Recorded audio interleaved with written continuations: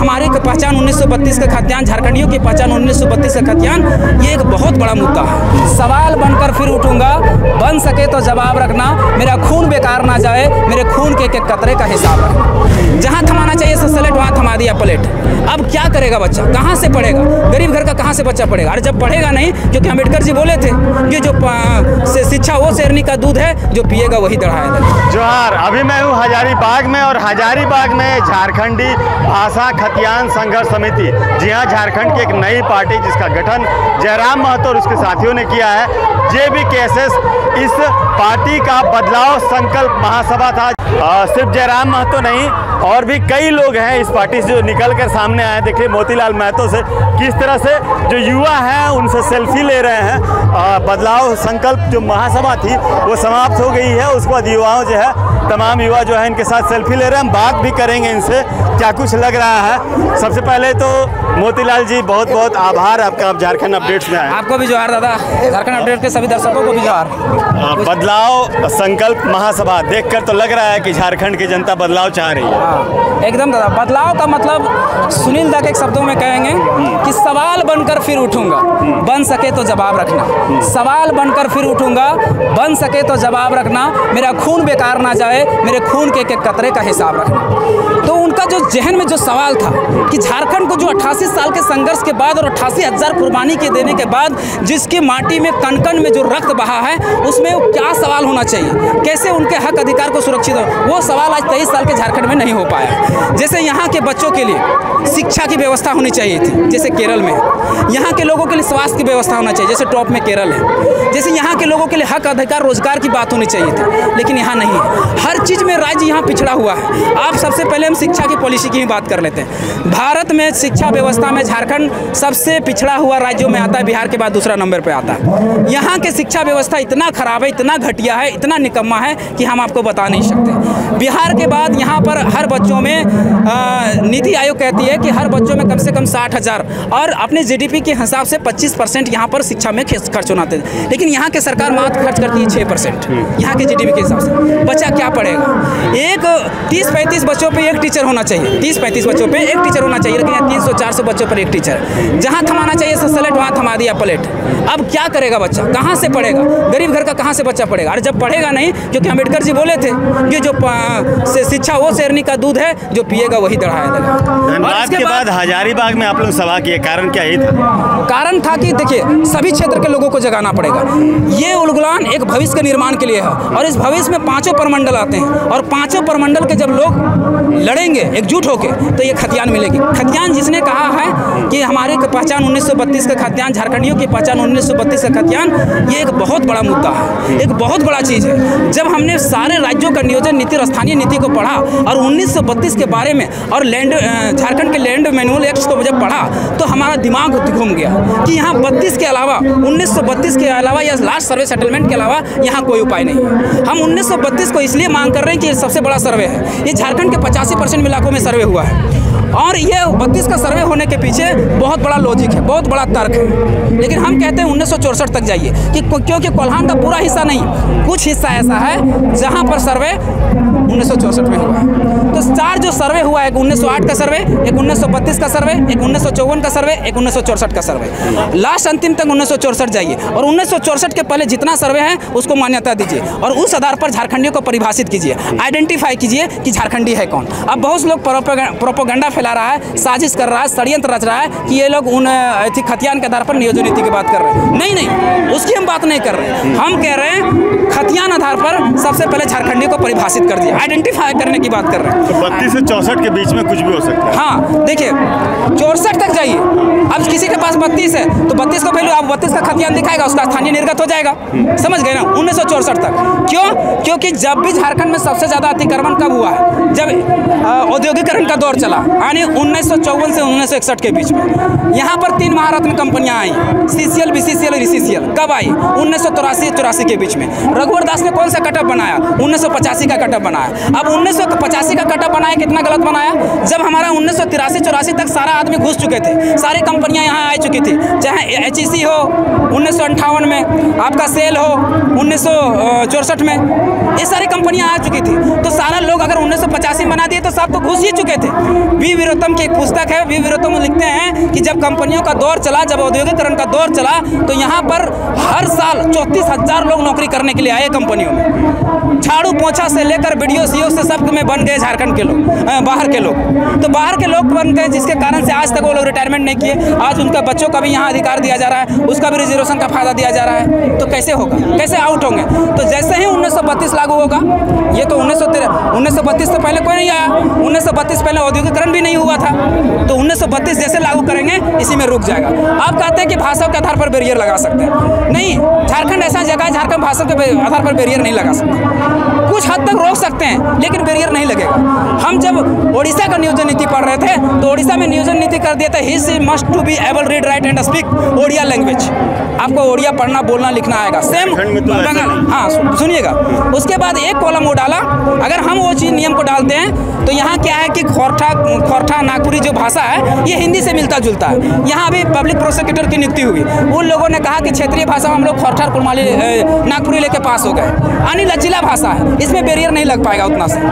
और इसके बाद कहा, उसका दूसरा कॉलम रहता है कि यहाँ पर 7वां क्लास कम से कम उड़ीसा सरकार ने जिसको मान्यता दी है वहाँ से पास करना पड़ेगा। अब यहाँ के कोई भी भाषा को यहाँ KG to PG पढ़ाई हुआ नहीं है। यानी इस नियम को अगर हम लागू करते हैं या फॉलो करते हैं, पहले हमको 10 साल पीछे जाना पड़ेगा। अभी लागू करने के बाद 10 साल बाद उस नियोजन नीति को हम लागू कर सकते हैं, लैंग्वेज वाला नियोजन नीति को, कि आपको यहाँ पर यहाँ के लैंग्वेज को जानना पड़ेगा, यहाँ के लैंग्वेज को 7वां क्लास तक पास करना पड़ेगा, तब वो नीति काम आएगी, तब उसमें बैरियर लग सकता है। लेकिन अभी तत्कालिक रूप से अगर बैरियर लगाने का अगर कोई चीज़ समाधान है, प्रावधान है, तो केवल और केवल खतियान है। खतियान से आइडेंटिफाई होगा, आइडेंटिफाई होने के बाद आप नियोजन बनाइए। नियोजन में हम मांग कर रहे हैं कि जो C और D की नौकरियां हैं उसमें से 90% यहाँ के लोगों के लिए रिजर्व कीजिए, और जो प्राइवेट नौकरियां हैं और जो BDO CO की नौकरियां हैं उसमें 75% यहाँ के लोगों को रिजर्व। अब कहिए कि कैसे रिजर्व करेंगे, इसका भी प्रावधान है, हम बताते हैं। स्क्रूटनी नियम डालिए, जैसे बंगाल ने डाला है, जैसे उड़ीसा ने डाला है, स्क्रूटनी नियम। आप फॉर्म भरवाइए, फॉर्म भर लेंगे, उसके बाद आप देखिए कि 100 वैकेंसी निकला है, 100 वैकेंसी में खतियानी 90 हो गया, उसके बाद 10 तो आप ले लीजिए बाहर के, 10 को आप बाहर के ले लिए। लेकिन अगर हम तो अभी मांग कर रहे हैं 90 का, 100 भी मांग कर सकते हैं। क्यों? क्योंकि यही ये देश है, वही संविधान है, और यहाँ एक ऐसा कानून बना है जिसमें 100% नौकरियाँ भी रिजर्व है। हम एक चीज़ समझिएगा, मेरा दलील सुन लीजिएगा, उदाहरण सुन लीजिएगा। अभी छत्तीसगढ़ 58% तक रिजर्वेशन को लेके गया, वहाँ के हाईकोर्ट ने उसको खारिज कर दिया। झारखंड सरकार ने 67% लाया, यहाँ राज्यपाल ने वापस कर दिया। लेकिन यही नीति, यही पॉलिसी तेलंगाना राज्य में मेडिकल की जो सीटें थी वहाँ पे सारा 100% रिजर्व कर दिया। और उन्होंने क्या दलील दिया, और उन्होंने C और D की नौकरियों को पूरी तरह से लॉक करके रखा है। लेकिन उसके जो सरकारी वकील है हाईकोर्ट में, वहाँ भी चैलेंजिंग हुआ, लेकिन दलील के पीछे वो हार गया। हाईकोर्ट दे दी, जजमेंट दे दी कि नहीं आप सही कर रहे हैं। क्या हुआ कि उसके वकील ने दलील ये दिया कि अगर मेरा नया स्टेट बना हुआ है, ठीक है, 2 जून 2014 को मेरा स्टेट बना हुआ है, अगर हम नौकरियों को 100% रिजर्व नहीं करते हैं तो फिर जिससे हम अलग हुए हैं वहीं के लोग यहाँ राज करेंगे, वहीं के लोग नौकरी करेंगे, तो फिर हमारा लोग फिर अलग करके हमको क्या फायदा।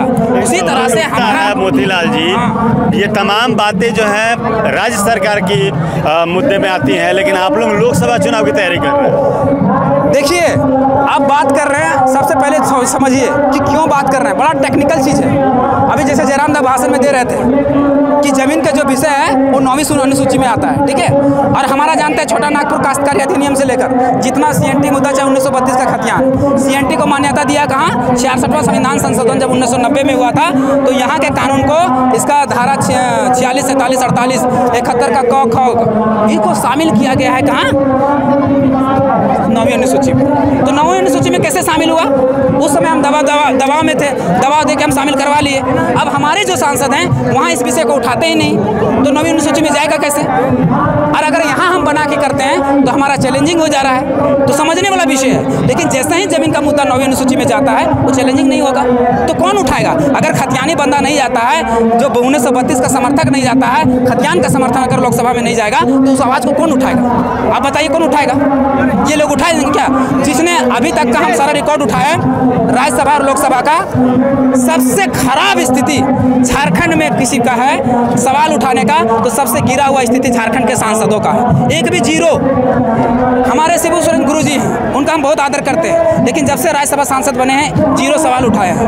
पहले साइन करने जाते हैं राज्यसभा में ताकि उसके सदस्यता ना खत्म हो जाए। सबसे ज़्यादा सवाल अगर कोई किए हैं तो वो विद्युत वरुण महतो किए हैं। उसके अलावा सब सांसद जितना है सब गूंगा बहरा अनपढ़ गवार है, कोई सवाल नहीं किया। तो इस बार जेबी केस जो है वो 14 लोकसभा सीट पे चुनाव एकदम लड़ेंगे, क्योंकि जब तक खतियानी नहीं जाएगा, हम अगर खतियान को विधानसभा से पास करा लेते हैं, मान लीजिए सरकार से पास भी करा लेते हैं, तो हमारा वहाँ 9वीं अनुसूची में डालने के लिए दलील कौन करेगा? अगर हमारा मेजोरिटी नहीं रहेगा तो दलील कौन करेगा? वहाँ हमारी सवालों को उठाएगा कौन? और अगर मान लीजिए बहुत सारे मुद्दे हैं, यहाँ पर सबसे ज़्यादा कंपनियाँ खुली है, चाहे महारत्न कंपनियाँ हो, नवरत्न कंपनियाँ हो, मिनी रत्न कंपनियाँ हो, जो सेंट्रल सरकार हैंडल करती है, तो उन मुद्दों को अगर मान लीजिए डालमिया है, सेल है, गेल है, बेल है, जो भी है, टाटा है, ये सब कंपनियों का शोषण इतना अत्याचार बढ़ा हुआ है, तो इनकी आवाज़ को कौन उठाएगा? उनके सामने कौन रखेगा उसके पटल पर? जब तक दिल्ली के यहाँ के खतियानी नहीं जाएगा, यहाँ माए माटी का बेटा नहीं जाएगा, जिसको शोषित है, जो पीड़ित है, जो वंचित है, जब तक वहाँ नहीं जाएगा तो उसका आवाज़ को कौन उठाएगा? इसलिए जाना जरूरी है विधानसभा में भी और लोकसभा में। बीजेपी जो है बाबूलाल मरांडी को प्रदेश सदस्य बना चुकी है। आदिवासी कार्ड खेला जा रहा है, चाहे वो जेएमएम हो चाहे बीजेपी हो। ऐसे में जेबी केएसएस के लिए कितना कठिन रास्ता? देखिए, हमारे संथाल परगना के साथी हैं, वो लोग लगातार कांटेक्ट में हैं कि हम लोग बस बहुत जल्दी हम लोग जाने वाले हैं। आंदोलन की रूपरेखा देखिए, कभी भी आंदोलन शुरू होता है, आप इसको जाति धर्म में कभी नहीं कर सकते। हम इसका उदाहरण बताते हैं। हम झारखंड आंदोलन की बात लेते हैं। शुरुआत हुआ 1912 में। किसने किया? जे बार्थोलोमन ने। जे बार्थोलोमन कौन था? क्रिश्चियन स्टूडेंट ऑर्गेनाइजेशन था। किसका? कोलंबस कॉलेज यहीं हजारीबाग में, ठीक है, वहीं का स्टूडेंट था। उन्होंने ऐसी की आंदोलन की शुरुआत किया, तो उसको अंग्रेजों ने एक षड्यंत्र, एक प्रोपेगेंडा के तहत बता दिया कि पागल सन के क्रिश्चियनों का आंदोलन है और कुछ नहीं होने वाला। प्रांत की जब मांग हुई तो बोला ठीक है, तो फिर छोटा नागपुर ये उन्नति समाज बना। छोटा नागपुर उन्नति समाज 1915 में बना। सारे आदिवासी लोग जुड़ गए, क्रिश्चियन से आदिवासी, ठीक है। अब वहाँ जुड़ गए। फिर वही लोग गए 1928 में, जो साइमन कमीशन को रिपोर्ट दिए, दस्तावेज दिए कि हमको झारखंड प्रांत मिलना चाहिए। फिर लोग, ज़्यादातर लोग नहीं जुड़े।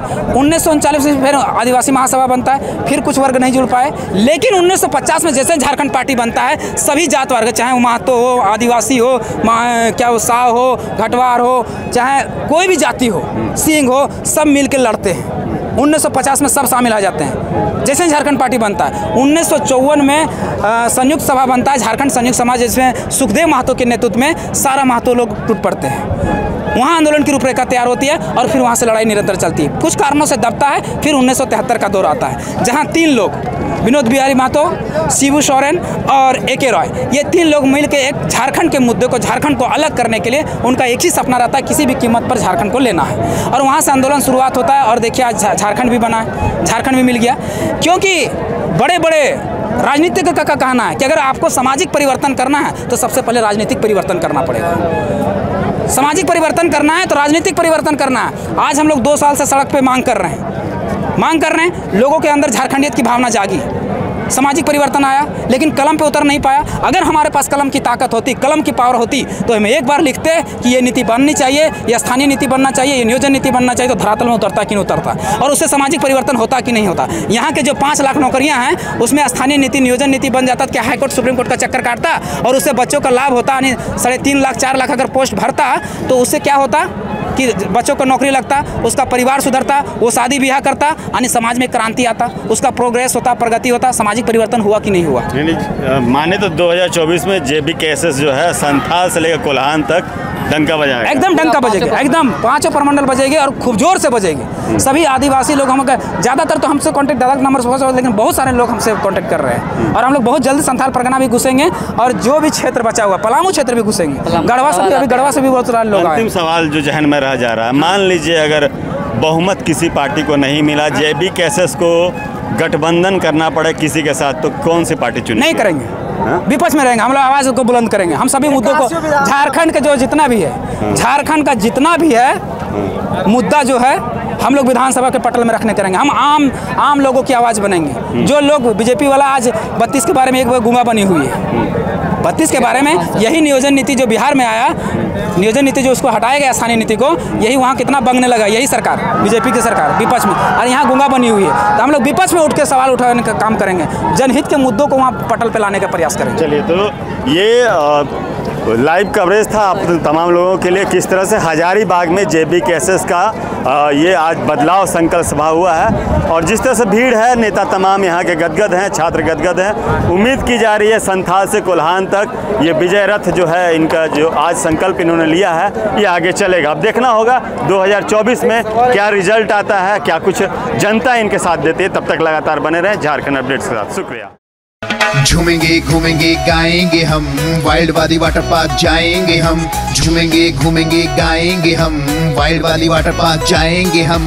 वाटर पार्क में फुल ऑन फन करेंगे, फैमिली संग वाइल्ड वादी चलेंगे। वाइल्ड वादी एंड अम्यूजमेंट वाटर पार्क एक नए अवतार में तो तैयार हो जाइए वाइल्ड वादी में अनलिमिटेड मस्ती के लिए। यहाँ लॉकर और कॉस्ट्यूम का कोई चार्ज नहीं, साथ ही 33 फीट की हाइट से मल्टी लेन और बर्ड पार्क का भी ले फुल मजा। वाइल्ड वादी अम्यूजमेंट वाटर पार्क, देवी मंडप रोड, 10 माइल चौक, रांची।